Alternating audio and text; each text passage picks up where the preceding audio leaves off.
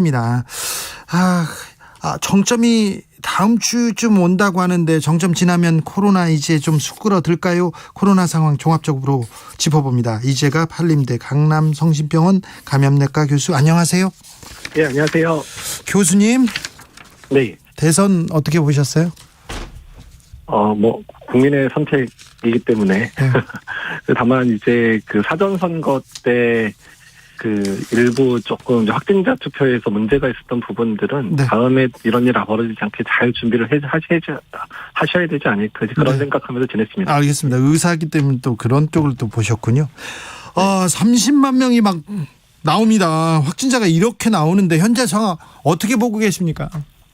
예, 일단 지금 확진자 규모 이미 여러 수학 정보 등에서 예측했던 부분들이고요. 대부분의 예측들이 이번 주 다음 주 중에 아마 이제 정점을 찍을 거다. 근데 다만 우리나라는 조금 정점에서 좀 완만하게 떨어지는 양상이 될 거다. 이렇게 많은 분들이 예측을 하고 있거든요. 네. 그래서 저희 걱정은 이제 30만 이상 된 상황이 이제 한 1, 2주 이상 가게 되면 그 이후에 중증 환자가 늘어나는 시기가 이번 달 말이나 4월 초가 될 거거든요. 그래서 어이구. 그때까지 의료 체계나 이런 부분이 많은 부담을 안게 되지 않을까, 그 부분을 우려하고 있습니다. 네.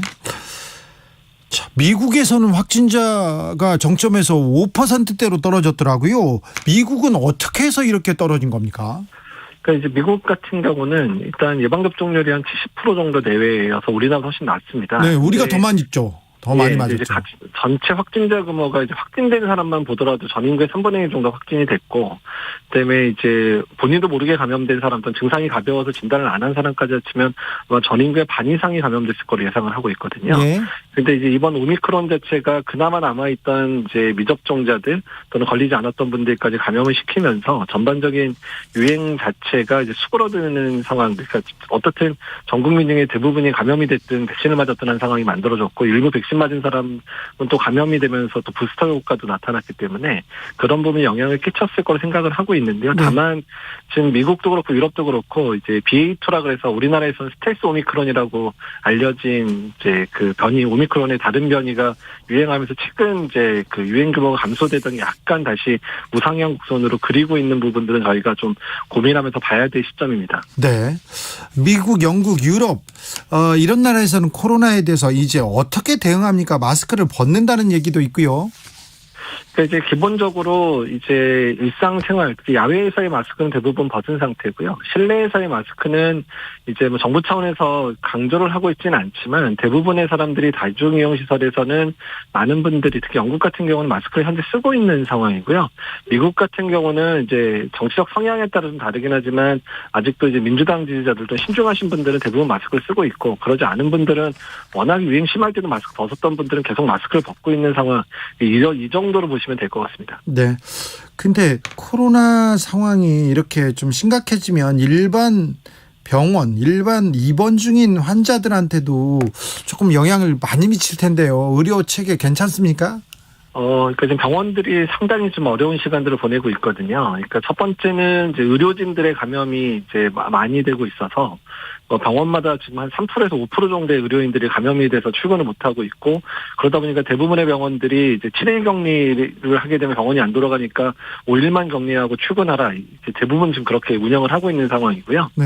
게다가 이제 병동 내 확진자들도 잠복기에 들어온 확진자부터 시작해서 보호자가 이제 돌보고 있던 보호자나 간병인이 확진되면서 확진되는 분들도 있고, 이러다 보니까 병원마다 원내 발생하는 확진자 규모가 아주 어마어마하게 많이 발생을 하고 있어서 매일마다 이제 그런 확진자들을 이제 확진자 병동으로 옮기고, 또 그런 이제 확진자 발생했던 병실에 대해서 계속 추적 검사하고 이제 이런 일들이 다반사인 상황이 계속 벌어지고 있습니다. 네. 14일부터 이제 자가 검사에서 양성이 나오면 PCR 검사 안 받아도 됩니까? 자가 검사가 아니고요. 네. 이거는 이제 병원에서 시행하는 전문가용 신속항원 검사에서 양성 나온 거를 확진으로 간주하겠다는 겁니다. 그렇군요. 양성을 인정해 주는 게 아닙니다. 그렇군요. 병원에서 이제 전문가용 그 검사가 양성 나오면 PCR 검사하고 동일하게 관리한다, 이렇게 생각하면 되네요. 예, 그것도 항시적은 아니고 한 달 정도의 시한부로 이제 운영을 하는데 지금 이제 확진자가 너무 많다 보니까 PCR 전체 돌리기가 부담스러우니까 일단 네. 신속항원 검사 양성인 경우는 그냥 일단 인정하겠다. 한 달 정도 한시적으로 운영되는 제도라고 생각하시면 됩니다. 네. 오는 21일부터 이제 국내외 백신 접종을 완료하면 해외 입국자들 자가격리 의무 면제된다고 하는데요. 이 네. 조치는 어떻게 영향을 미칠까요? 일단 이미 전 세계가 오미크론의 유행이 다 지나간 상황인 것도 있고 지금 유행이기도 한데 어차피 지금 국내에서 또 밀접 접촉자를 격리를 거의 안 하고 있잖아요. 네. 그런 상황인데 굳이 외국 갔다 오시는 분들 이제 하실 필요는 없을 것 같고 아마 대신에 이제 검사 의무화를 시켜서 1일째나 6일째 검사를 하게 하는 건 유지가 될 겁니다. 어쨌든 그래요. 지금의 오미크론 유행 상황에서는 이제 어쩔 수 없는 선택이고 그럴 수밖에 없는 상황이 됐다고 보시면 될 것 같습니다. 그래요. 해외 여행을 가겠다, 이제 생각하겠다 이런 사람들이 많습니다. 네. 근데 그 여행이 자유화되고 왔다 갔다 하고 격리가 없다고 해서 이렇게 확진자가 폭증하고 그러진 않겠죠? 네, 여행객으로 인한 유행 자체는 제한적으로 보이고요. 다만 한 가지 우려되는 거는, 그러니까 어떻든 또 다른 변이가 어디서 유행할지는 모르잖아요. 네. 그래서 혹시나 이제 그런 만약에 새로운 변이의 유입의 통로로 이제 작용될 수도 있다. 이 부분이 걱정이. 그래서 이제 검사나 이런 것들을 의무화시켜서 일단 네. 검사를 검사를 통해서 진단되는 분들에 대해서는 일단 새로운 변이 여부에 대한 그런 이제 확인 작업들은 계속 돼야 될 거로 생각을 하고 있습니다. 해외에서 들어오는 분들 그리고 해외에 다녀오는 분들 뭘 조심해야 됩니까? 일단 이제 해외에서 감염됐었을 때 상황이 나빠지게 되면 네. 우리나라만큼 또 철저하게 치료를 하거나 이런 상황이 안 될 수도 있거든요. 그래서 네. 해외에서 감염됐을 때는 자기가 의료적 도움을 어디서 받을 수 있는지 여부를 반드시 확인을 해주셔야 되고요. 네. 그다음에 국내에 들어와서 이제 발병하는 경우는 일단 의료 체계 안에서 잘 진단받을 수 있게끔 해주셔야 되고 또한 혹시라도 그냥 이제 증상이 가볍다고 해서 넘기시면 아까 말씀드린 대로 새로운 변이나 이런 것을 이제 국내에 유입되는 걸 놓칠 수도 있기 때문에 증상이 발생하는 경우는 바로 검사를 해서 네. 일단은 이제 해외 유입 사례 중에서 발생할 수 있는 변이의 유입이나 이런 부분들은 이제 국민들께서 철저히 차단하게 노력을 해주셔야 됩니다. 네. 김어준이 자꾸 지금 외국에 가야 된다고 가자고 하는데 어떻게 하죠 지금? 가셔도 되긴 되는데, 어떻든 지금은 이미 본인의 건강은 본인이 이제 확인하고 검사하고 이제 이런 체계로 이미 이제 넘어선 상황이거든요. 네. 그래서 본인의 건강에 대해서 철저히 챙기고, 또한 해외에서의 그런 의료적 도움 또는 국내에 왔을 때 증상 발생했을 때 바로 검사를 하면서 진행하시면 해외여행도 크게 무리가 될 것 같지는 않습니다. 알겠습니다. 7448님께서 전문가용 진단키트, 자가 진단키트 차이점은 뭔가요? 물어봅니다. 일단 그 검사를 시행하는 그 네모난 그 키트 있죠. 예, 예. 검체를 떨어뜨리는 그건 똑같은 거고요. 예. 검체를 채취할 때 전문가는 이제 그 코 안쪽으로 깊숙이 찔러서 검체를 채취하거든요. 맨날 찌르고 있습니다, 지금. 예, 그 비인도 쪽으로 이제 하는, 그러니까 깊게 찌르는 건 의료진이 할 수 있기 때문에 이제 깊게 찔러서 더 정확하게 검체를 채취하는 걸 보시면 되고요. 예. 자가검사 키트는 본인이 그렇게 깊게 찌를 수 없으니까 코 앞부분들을 좀 자주 문질러서 하는 방식이, 그러니까 검체 채취하는 방법이 다르다고 생각하시면 됩니다. 아, 그래요? 그럼 깊숙이 찌르면 전문가용입니까, 그게? 예, 맞습니다. 아, 진짜요? 예. 아, 크게 다른 건 아니군요. 예, 또 그 검사하는 키트는 똑같은 거고요. 검체 채취 방법만 다르다고 보시면 됩니다. 아, 그래요? 그러면 집에서 그냥 일반 국민들이 할 때는 좀 깊게 찌르면 또 좀 정확해집니까? 근데 이제 자가검사 키트로 나온 거는 코 앞에서 하기 때문에 몽톡하게 좀 두껍게 되어 있기 때문에 그렇게 깊게 찌르실 수도 없고 깊게 찌르면 위험하고요. 네. 지금 의료진용이 쓰는 건 얇게 돼서 깊게 찌를 수 있게끔 다른 면봉을 가지고 검사를 하거든요. 그래서 예. 그 부분은 좀 차이가 있습니다. 검체 채취하는 면봉의 차이가 있다고 보시면 됩니다. 가끔 찌르다가 너무 깊게 찔러가지고 피나고 막 그렇습니다. 네, 그럴 수도 있기 때문에 네. 주변 자가검사 키트는 일부러 너무 깊게 찌르면 위험할 수도 있어서 예. 오히려 주변에 자주 이제 코를 풀지 않은 상황에서 자주 그 문질러 주시는 방법으로만 하셔야지 너무 깊게 찌르면 코피가 날 수도 있기 때문에 알겠습니다. 5911님이 요즘 30분 내에 진단하는 PCR을 식약처에 승인 신청한 업체가 있다는데요. 이런 제품 빨리 시장에 내놓으면 불안한 방역 좀 안심될 것 같습니다. 이렇게 얘기하는데요.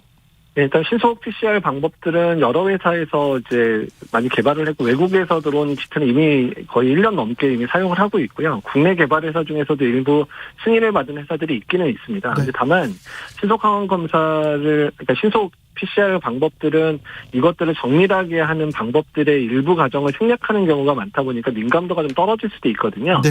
그래서 이제 그런 민감도를 보정할 수 있는 방법들이 있거나 그 민감도를 어느 정도 기존 PCR을 쫓아갈 수 있는 그런 증빙 자료들이 반드시 필요해서 그 부분이 통과되면 아마도 이제 일반화될 수 있을 거라 보고 있습니다. 6시 오늘 오후 6시 현재 29만 8,666명 확진자입니다. 동시간대 최다인데 정점으로 가고 있는데 종점은 언젠지 뭐 정부에서는 한 열흘 안에 올 거라 이렇게 얘기했는데 정점은 열흘 정도 걸리고 또 정점에서 떨어지는 기간도 완만할 거라고 말씀하셨는데 네. 참 어려운 시기가 될 것 같습니다. 인내가 필요한 시점입니다. 네, 그렇게 될 것 같습니다. 또 정점도 사실 어떻게 될지는 바이러스가 결정하지 우리가 예측한 대로 가지는 않을 수도 있어서 네. 일단은 상황을 주의를 열심히 좀 지켜봐야 될 것 같습니다. 네, 거리두기하고 손 씻기 잘하고 마스크 잘 써야 되고요. 네. 네. 윤석열 대통령 당선인이 어떻게 방역 정책을 펴야 됩니까? 일단 이제 지금 어차피 지금의 유행 상황 자체는 이제 대통령이 되시는 시점, 그러니까 인수위원회가 끝나고 대통령 되시는 시점에 어느 정도 안정화가 될 거거든요. 그래서 어차피 지금의 상황들은 현 방역팀이 이제 주관을 해야 될 거로 보고 있고요. 네. 다만 이제 오미크론 이후에 중장기적으로 우리가 어떻게 이 팬데믹 상황들을 해결하고 안정화시킬 거냐에 대한 중장기 계획이 필요하기 때문에 인수위원회는 그런 중장기 계획 중심으로 일단은 의견을 모으고 또 짜주시는 게 필요하다고 생각을 하고 있습니다. 네. 안철수 국민의당 대표는 본인의 말을 안 들어가지고 코로나가 이렇게 퍼졌다, 문제다 이렇게 얘기하신 적이 있어요. TV 토론에서. 네. 그 점은 어떻게 보셨어요? 사실 2년 동안 우리가 경험했었던 그리고 우리가 준비했었던 부분들에 있어서 일부 잘못된 부분도 있지만 어떻든 전 세계적인 상황에서 확진자 규모나 사망자 규모에 있어서는 우리가 잘한 건 맞습니다. 네. 근데 다만 방역이라는 게 정직한 거고 우리가 노력하면 노력할수록 이룰 수 있는 부분이라 누구와 특정인의 의견에 따라서 방향이 정해지지는 않거든요. 그래서 네. 같이 노력하고 같이 고민해야 된다고 보시는 게 맞을 것 같습니다. 1521님께서 농담을 다큐로 받아들이는 교수님. 아니, 농담은 아니었습니다. 진지한 질문이었는데. 교수님 항상 고생 많으신데 더 고생해 주십시오. 감사합니다. 예, 감사합니다. 지금까지 이재갑 한림대 교수였습니다. 교통정보센터 다녀오겠습니다. 유하영 씨. 네, 금요일인 만큼 고속도로는 평소보다 퇴근길 정체가 깁니다.